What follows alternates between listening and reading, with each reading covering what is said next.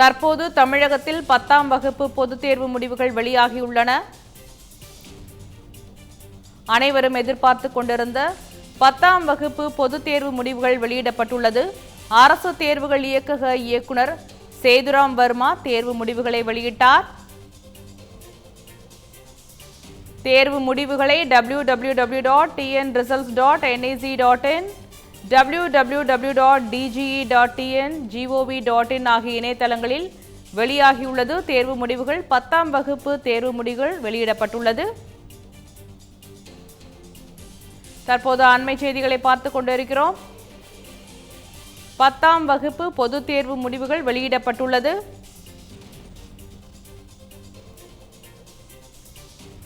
கடந்த மார்ச் 26ஆம் தேதி முதல் ஏப்ரல் 8ஆம் தேதி வரை நடைபெற்ற 10ஆம் வகுப்பு பொதுத் தேர்வு முடிவுகள் வெளியிடப்பட்டுள்ளது. மொத்தம் 9 லட்சம் மாணவ மாணவிகள் 10ஆம் வகுப்பு பொதுத் தேர்வை எழுதினர்.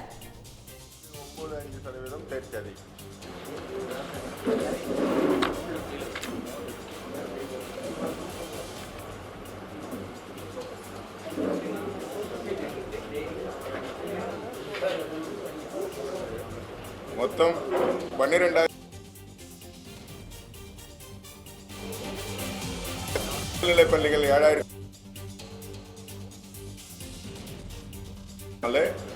இதில் 4,100% தேர்ச்சி பெற்றுள்ளது. அரசு பள்ளிகள் 1,364 பள்ளிகள் 100% தேர்ச்சி பெற்றுள்ளது. அரசு பள்ளிகள் 87.90, அரசு உதவி பெறும் பள்ளிகள் 91.77, தனியார் சுயநிதி பள்ளிகள் 97.43, இருபாலர் பள்ளிகள் 91.93, பெண்கள் பள்ளிகள் 93.80, ஆண்கள் பள்ளி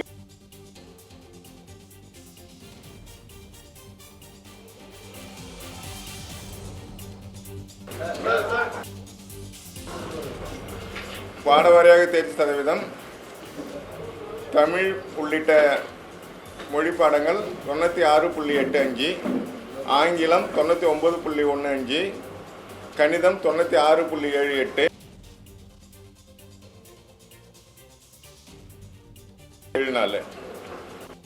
பாடவாரியாக 100% பெற்ற மாணவர்களுடைய எண்ணிக்கை தமிழில் 8, ஆங்கிலத்தில் 415, கணிதத்தில் 20,000,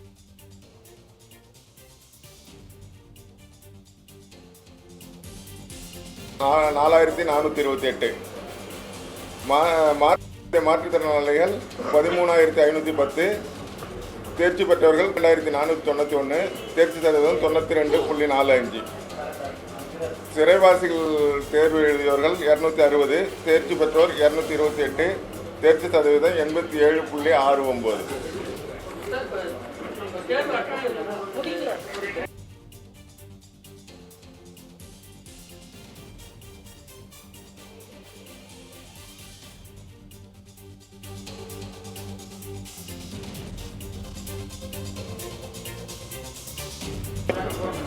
அரசு பள்ளிகளில் தேர்ச்சி சதவீதம் அதிகம் 3 இடங்கள் 20, சிவகங்கை 95.45, கன்னியாகுமரி 95.17.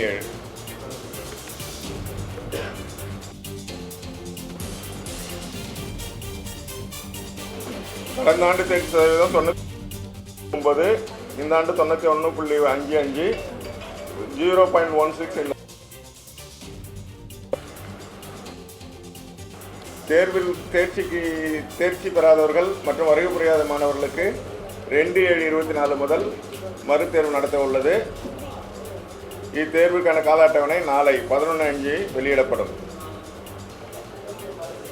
தற்காலிக மதிப்பெண் சான்றிதழ் 13/5/24 அன்று அனைத்து பள்ளிகளிலும் இணையதளத்தில் பதிவிறக்கம் செய்து கொள்ளலாம். இடைத்தாள் நகல் ரீவேல்யூஷன் டோட்டல் விண்ணப்பிக்கலாம்.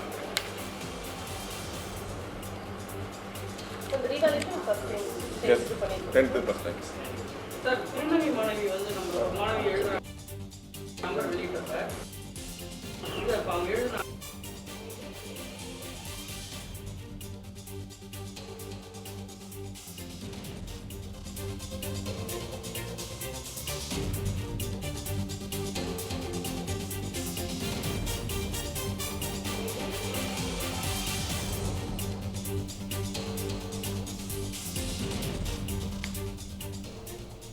தமிழகத்தில் 10ஆம் வகுப்பு பொதுத் தேர்வு முடிவுகள் வெளியிடப்பட்டுள்ளது. மொத்தம் மாணவர்களை விட மாணவிகள் 5.95% தேர்ச்சி பெற்றுள்ளனர். மாணவிகள் 94.53% தேர்ச்சி பெற்றுள்ளனர். மாணவர்கள் 88.58% தேர்ச்சி பெற்றுள்ளனர். ஒட்டுமொத்த தேர்ச்சி விகிதம் 91.55% உள்ளது. 10ஆம் வகுப்பு தேர்வில் ஒட்டுமொத்த தேர்ச்சி விகிதம் 91.55% உள்ளது. தமிழகத்தில் 10ஆம் வகுப்பு பொதுத் தேர்வு முடிவுகள் வெளியாகியுள்ளது. வழக்கம் போல் மாணவர்களை விட மாணவிகளே அதிகம் தேர்ச்சி பெற்றுள்ளனர். 5.95% தேர்ச்சி பெற்றுள்ளனர்.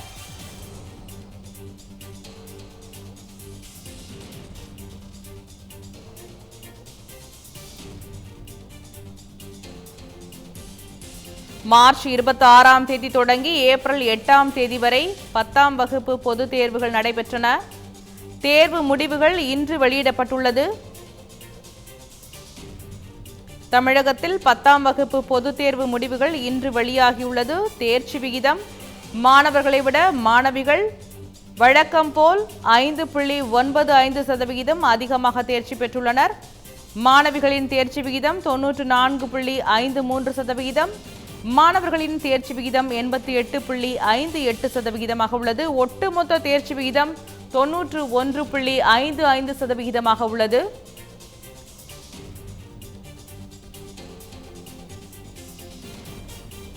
ஒட்டுமொத்த தேர்ச்சி விகிதம் 91.55% உள்ளது. மாணவர்களை விட மாணவிகள் 5.95% அதிகம் தேர்ச்சி பெற்றுள்ளனர். 10ஆம் வகுப்பு பொதுத் தேர்வு முடிவுகள் வெளியாகியுள்ளது.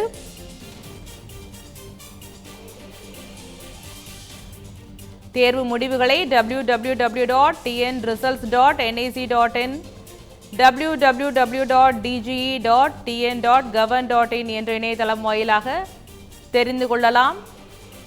தமிழகத்தில் 10ஆம் வகுப்பு பொதுத் தேர்வுகள் கடந்த மார்ச் 26ஆம் தேதி தொடங்கி ஏப்ரல் 8ஆம் தேதி வரை நடைபெற்றது. முடிவுகள் இன்று வெளியாகியுள்ளன.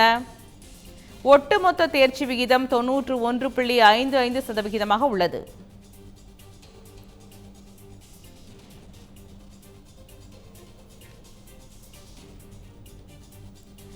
இது குறித்து நமது செய்தியாளர் நாகராஜன், அவரிடம் சில கேள்விகளை கேட்கலாம். வணக்கம் நாகராஜன்.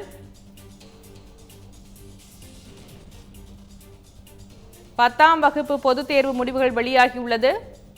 இது குறித்த கூடுதல் தகவல்களை நாம் நமது செய்தியாளர் நாகராஜனிடம் கேட்கலாம். வணக்கம் நாகராஜன். தகவலை பதிவு பண்ணுங்க நாகராஜன்.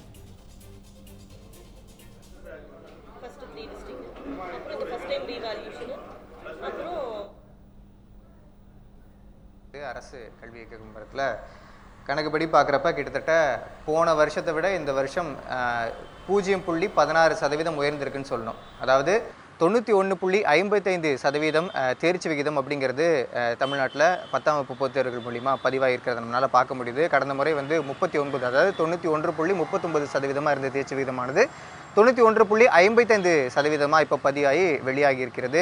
கிட்டத்தட்ட 4000க்கும் மேற்பட்ட மையங்களில் 9 லட்சத்துக்கும் மேற்பட்ட மாணவ மாணவிகள் எழுதியிருந்தாங்க. நம்ம பார்க்கும்பொழுது மார்ச் மாதம் 26ஆம் தேதியிலிருந்து ஏப்ரல் 8ஆம் தேதி வரைக்கும் இந்த பொதுத் தேர்வு நடைபெற்றது. சிறைவாசிகளாகட்டும், மாற்றுத்திறனாளிகள் உள்ளிட்டோர் இந்த 10ஆம் வகுப்பு பொதுத் தேர்வில் எழுதியிருந்த நிலையில் இப்போது அதுக்கான தேர்வு முடிவுகள் வெளியாகி இருக்கிறதுல ஒட்டுமொத்த தேர்ச்சி விகிதத்தை பார்க்குறப்ப 91.55% இருக்குது. தேர்ச்சி பெற்றவர்களுடைய எண்ணிக்கையின் கணக்கில் பார்க்குறப்ப 8,18,743 பேர் தேர்ச்சி பெற்றிருக்காங்க. மாணவர்களை விட இந்த முறையும் மாணவிகளே அதிகமான தேர்ச்சி விகிதத்தில் வெற்றி பெற்றிருக்காங்கன்னு தான் சொல்லணும். குறிப்பாக மாணவியர் 4,22,591 பேர் தேர்ச்சி பெற்று 94.53% பெற்றிருக்கிறாங்க. மாணவர்களை பொறுத்த வரைக்கும் 3,96,152 பேர் எழுதி 88.58% மாணவர்கள் தேர்ச்சி பெற்றிருக்காங்க. மாணவர்கள் விட 5.95% அப்படிங்கிறது மாணவிகளுடைய தேர்ச்சி விகிதமாக பார்க்கப்படுது. இப்போது நீங்கள் மாவட்ட அளவில் பார்க்கலாம். மாவட்ட அளவில் பார்க்கும் பொழுது போன முறை வந்து 91 புள்ளி கணக்கில் 97% பெற்றிருந்தாங்க. 97% பெற்றிருந்தப்ப பெரம்பலூர் மாவட்டம் வந்து முதலிடம் பிடிச்சிருந்தாங்க. ஆனால் இந்த முறை பார்க்கும் பொழுது அரியலூர் மாவட்டம் அப்படிங்கிறது வந்து 97.31%, 97.31% பெற்று அரியலூர் மாவட்டம் முதலிடத்திலையும், சிவகங்கை போன முறை மாதிரி இந்த முறையும் 2வது இடம் பிடிச்சிருக்காங்க. கிட்டத்தட்ட 97.2% வந்து பிடிச்சிருக்காங்க. மற்ற பாட வாரியாக பார்க்கும் பொழுது, பள்ளிகள் வாரியாக பார்க்கும் பொழுது அரசு பள்ளிகளையும் நம்ம கணக்கில் கொள்ளணும். அப்போ தேர்ச்சி விகிதத்தில் பள்ளிகள் வாரியாக பார்க்கலாம். பள்ளிகள் வாரியாக பார்க்கும் பொழுது அரசு பள்ளிகளுடைய தேர்ச்சி விகிதம் அப்படிங்கிறது 87.90% இருக்கிறது. அரசு உதவி பெறும் பள்ளிகளுடைய தேர்ச்சி விகிதம் 91.77% இருக்கிறது. தனியார் சுயநிதி பள்ளிகளுடைய தேர்ச்சி விகிதம் அப்படிங்கிறது 97.43% இருக்கிறது. இருபாலர் பள்ளிகள் கோ எஜுகேஷன் சொல்லுவோம் இல்லைங்களா, அதில் வந்து 91.93% இருக்கிறது. பெண்கள் மட்டுமே படிக்கக்கூடிய பள்ளிகளில் 93 கூடிய பள்ளிகளில் 83.17% இருக்கிறது. இப்போ கடந்த ஆண்டு நான் சொல்லியிருந்த முன்கூட்டிய தேர்வு எழுதிய மாணவ மாணவிகளுடைய எண்ணிக்கைன்னு பார்க்குறப்போ 9,14,320 எழுதியிருந்தாங்க. இதில் வந்து 8,35,614 பேர் தேர்ச்சி பெற்றிருந்தாங்க, 91.39%. இந்த முறை 0.16% உயர்ந்திருக்கிறது. இது ஒரு வளர்ச்சி அப்படிங்கிற விதத்தில் பார்க்கப்பட்டாலுமே இந்த 10ஆம் வகுப்பு பொதுத் தேர்வு எழுதிய மொத்த பள்ளிகளுடைய எண்ணிக்கைன்னு பார்க்குறப்ப 12,625 மேல்நிலை பள்ளிகளுடைய எண்ணிக்கையும் 7,491 உயர்நிலை பள்ளிகளும் வந்து இதில் அடங்கி இருக்கக்கூடிய நிலையை பார்க்குறோம். இப்போது 100% தேர்ச்சி பெற்ற பள்ளிகளுடைய எண்ணிக்கையை பார்க்கலாம். 100% தேர்ச்சி பெற்றிருக்கக்கூடிய பள்ளிகளுடைய எண்ணிக்கை 4,105. 100% தேர்ச்சி பெற்ற அரசு பள்ளிகளுடைய எண்ணிக்கையை பார்க்கும் பொழுது 1,364 பள்ளிகள் வந்து 100% அரசு பள்ளிகள் வந்து தேர்ச்சி பெற்றிருக்காங்க 10ஆம் வகுப்பு பொதுத் தேர்வில். இப்போ பாடவாரியான தேர்ச்சி விகிதம் பார்க்கலாம். தமிழ், ஆங்கிலம், கணிதம் உள்ளிட்ட பாடவாரியான தேர்ச்சி விகிதத்தை பார்க்குறப்ப தமிழ் மற்றும் இதர மொழி பாடங்களில் எடுத்திருக்கக்கூடிய தேர்ச்சி விகிதத்தினுடைய எண்ணிக்கை அப்படின்னா 96.85%. ஆங்கிலத்தில் மட்டுமே 99.15% தேர்ச்சி பெற்றிருக்காங்க. கணிதத்தில் வந்து 96.78% கணிதத்திலையும், அறிவியலில் 96.72%, சமூக அறிவியலில் 95.74% வந்து தேர்ச்சி பெற்றிருக்காங்க. இப்போ 100% ஒரு குறிப்பிட்ட சப்ஜெக்டில் 100க்கு 100 பெற்றிருக்கக்கூடிய மாணவ மாணவிகளுடைய எண்ணிக்கையை பார்க்கும் பொழுது தமிழ் பாடத்தில் வந்து 8 பேர் வந்து 100க்கு 100 பெற்றிருக்காங்க. ஆங்கிலத்தை பொறுத்த வரைக்கும் 415 பேர் பெற்றிருக்காங்க. கணிதத்தை பொறுத்த வரைக்கும் 20,691 மாணவ மாணவிகள் வந்து 100க்கு 100 மதிப்பெண் எடுத்திருக்காங்க. அறிவியலை பொறுத்த வரைக்கும் 5,104 மாணவிகள் வந்து 100% தேர்ச்சி பெற்றிருக்காங்க. சமூக அறிவியலில் வந்து 4,428, அதாவது 4,428 மாணவர்கள் சமூக அறிவியலில் வந்து எழுதியிருக்காங்க, 100% மதிப்பெண் பெற்றிருக்காங்க.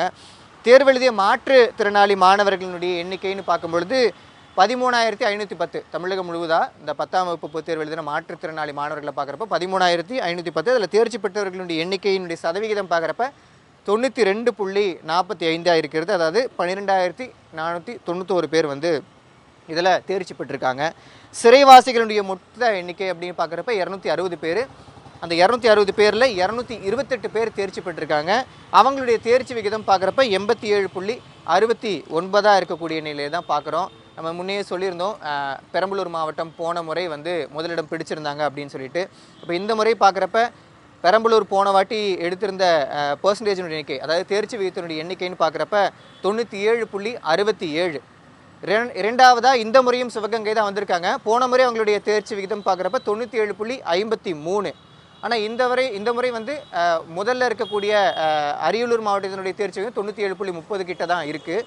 அடுத்தது வந்து விருதுநகர் 3வது இடம் பிடிச்சிருந்தாங்க போன முறை. விருதுநகர் 3வது இடம் பிடிச்சி 96.22 அப்படிங்கிற தேர்ச்சி சதவீதத்தில் வந்து இருந்தாங்க. இந்த முறை நம்ம விருதுநகரோட பார்க்கலாம். விருதுநகர் அல்லது 3வது இடம் பிடிச்சிருக்கக்கூடிய இதை பார்க்கும் பொழுது ராமநாதபுரம் வந்து 3வது இடம் பிடிச்சிருக்காங்க, 97.02 தேர்ச்சி விகிதத்தில் இருக்காங்க. அப்போது இந்த முறை மாவட்ட வாரியாக தேர்ச்சி விகிதத்தை பார்க்கும் பொழுது அரசு பள்ளிகளாகட்டும், தனியார் பள்ளிகளாகட்டும், சுயநிதி பள்ளிகளாகட்டும் அனைத்து பள்ளிகளும் சேர்த்து தேர்ச்சி விகிதத்தை கணக்கிடும் பொழுது அரியலூர் மாவட்டம் கிட்டத்தட்ட 97.31% தேர்ச்சியினுடன் முதலிடத்திலையும், சிவகங்கை மாவட்டம் 97.2% தேர்ச்சி விகிதத்தோட 2வது இடமும், 3வது இடத்துல ராமநாதபுரம் மாவட்டம் கிட்டத்தட்ட 96.36% மூன்றாவது இடத்துலையும் இருக்கிறாங்க பராசக்தி. தேர்ச்சி பெற்றவர்கள் 91.5% சொல்லியிருக்கிறீங்க ஒட்டுமொத்த தேர்ச்சி வீதம். தேர்ச்சி பெறாதவர்களுடைய நிலை என்னது? அவர்களுடைய நிலை மறு தேர்வு எப்போது அறிவிக்கப்பட்டுள்ளது? மறு கூட்டல் ரீவேல்யூஷன் போடுறதா எந்த மாதிரி டைமிங்ல இருக்குன்றீங்க, அந்த விவரத்தை சொல்லுங்க நீங்க. இப்போ தேர்ச்சி பெற்ற மாணவர்கள் தோல்வி அடைந்திருக்கக்கூடிய மாணவர்கள் இன்னும் ஒரு மணி நேரத்திற்குள்ள வெளியிடப்படும். குறிப்பா ஒவ்வொரு செய்தியாளர் சந்திப்புமே சொல்லக்கூடிய விஷயம் தான் மறுக்கூட்டலுக்கான அறிவிப்பு அப்படிங்கிறது இப்ப சொல்லப்பட்டாலும் நாளையில இருந்தே மறுக்கூட்டலுக்கான விஷயமும், அதாவது தோல்வியடைந்த மாணவர்களுக்கான இந்த அடுத்த முறை அவங்க எழுதுறதுக்கான அட்டம்ப்ட்னு சொல்லுவாங்க இல்லைங்களா, அதற்கான தேதிகளும் கூடிய விரைவில் அறிவிக்கப்படும். அதற்கு எங்கெங்க விண்ணப்பிக்கணும், எந்தெந்த இடங்கள்ல யார் அணுகணும்ன்ற மாதிரியான அறிவுரைகளும் கூடிய விரைவிலேயே அறிவிக்கப்படும். தேர்ச்சி பெற்றவர்களுடைய எண்ணிக்கைன்னு பாக்குறப்ப கிட்டத்தட்ட 91.55 இருக்கிறது. அப்ப தேர்ச்சி பெறாத எண்ணிக்கை கணக்கு பாக்குறப்ப 8.45%.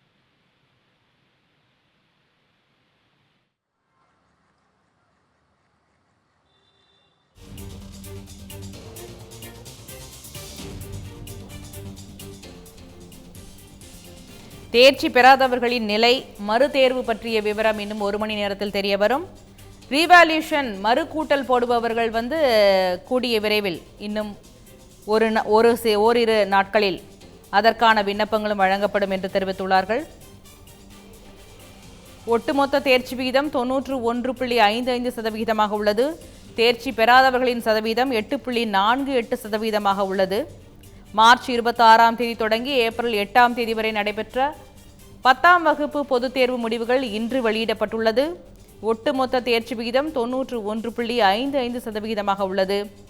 அரியலூர் மாவட்டம் முதலிடத்தில் உள்ளது. இதில் சிவகங்கை 2ஆம் இடமும், ராமநாதபுரம், கன்னியாகுமரி, திருச்சி போன்றவை அடுத்தடுத்த இடங்களிலும் உள்ளது. மாவட்ட வாரியாக தேர்ச்சி விகிதம் என்று பார்த்தால் அரியலூர் மாவட்டம் முதலிடத்தை பிடித்துள்ளது. சிவகங்கை 2ஆம் இடமும், ராமநாதபுரம், கன்னியாகுமரி, திருச்சி ஆகியவை அடுத்தடுத்த இடங்களில் உள்ளன.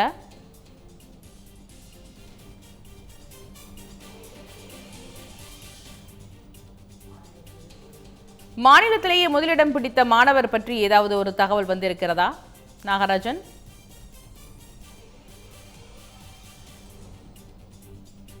முதலிடம் பிடித்திருக்கக்கூடிய மாணவர்களுடைய என்ன தகவல் வரல. ஏன் அப்படின்னா முன்கூட்டியே சொல்லியிருக்கோம், கடந்த சில வருடங்களாகவே முதல் மதிப்பெண் அப்படிங்கிற மாதிரி கணக்கீடெல்லாம் கிடையாது. தேர்ச்சி வீதத்தை பொறுத்த வரைக்கும் தான் மாணவர்கள் எல்லாருமே சமமாக பார்க்கப்படுறாங்க. குறிப்பாக அதுக்காக இப்போது இந்த மாவட்டம் முதலிடம், இந்த மாவட்டம் 2ஆம் இடம் அப்படின்ற கணக்கீடு தான் இருக்குது. இப்போது மாநிலத்திலே முதலிடம் பிடிச்சிருக்கக்கூடிய மாணவர்கள் எத்தனை பேருன்னு சொல்லி பார்க்குறப்ப நான் சொன்ன மாதிரி அதிகமான மதிப்பெண் பெற்றக்கூடிய மாணவர்களுடைய சதவீதத்தெல்லாம் பார்த்தோம். குறிப்பாக இவங்க தான் முதலிடம்ன்ற மாதிரியும் இந்த பள்ளியில் படிக்கக்கூடிய மாணவர் தான் முதலிடம்ன்ற மாதிரியான விளம்பரம் அப்படிங்கிறது தேவையில்லாத ஒரு சூழலில் இருக்கிறனால அதை பற்றின வெளியீடு தனிப்பட்ட முறையில் அரசு தேர்வுகள் இயக்கத்தின் மூலிமா வெளியிடப்படவில்லை பராசக்தி. மறுக்கூட்டலுக்கான தேதி அப்படிங்கிறது இன்னும் 1 மணி நேரத்துக்குள்ளே வெளியிடப்படும் சொல்லியிருக்காங்க.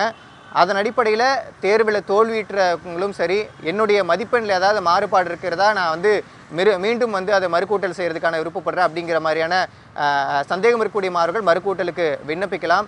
அது மட்டும் இல்லாமல் தோல்வியுற்ற மாணவர்கள் அந்தந்த பள்ளிகளிலேயே அவங்கவுங்க அடுத்ததாக எழுதக்கூடிய, அதாவது அட்டெம்ப்ட் எழுதக்கூடிய அந்த மீண்டும் ஒரு எக்ஸாம் எழுதுறதுக்கான விண்ணப்பங்களை பெற்றுக்கொள்றதுக்கான தேதியும் அறிவிக்கப்படக்கூடிய நிலையில் தான் இருக்குது பராசக்தி. தனியார் பள்ளி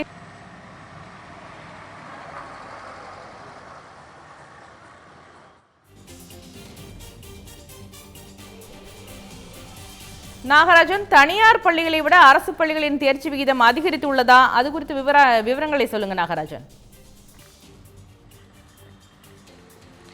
இப்போ தனியார் சுயநிதி பள்ளிகளை விட அரசு பள்ளிகளுடைய தேர்ச்சி விகிதம் குறைந்த நிலையில தான் இருக்கு.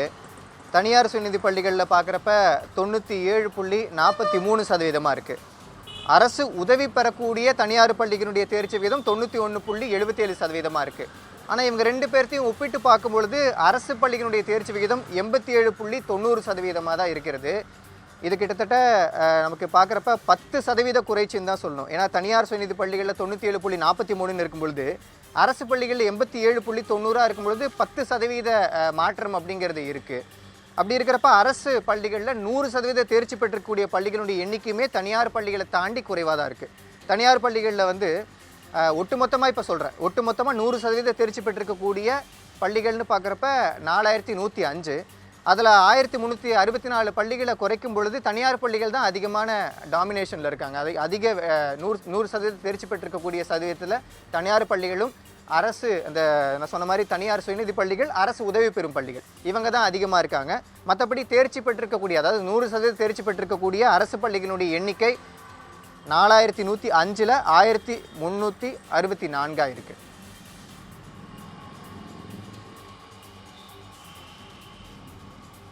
கடந்த வருடத்தை விட இந்த வருடம் அதிகமாக உள்ளதா அரசு பள்ளிகளின் தேர்ச்சி விகிதம்? அது குறித்து விரிவாக சொல்லுங்க நாகராஜன்.